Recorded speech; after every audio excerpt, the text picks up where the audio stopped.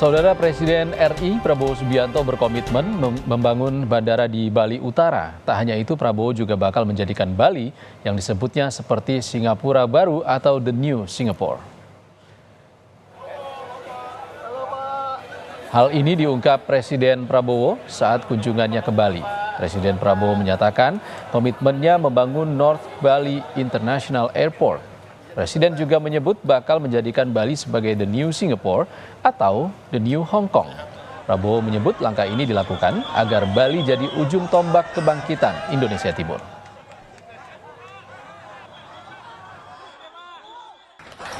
North Bali International Airport.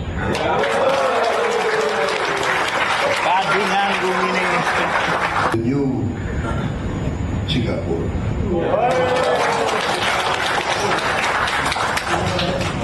The New Hong Kong. Gimana? Pusat. Ya. Dari kawasan ini.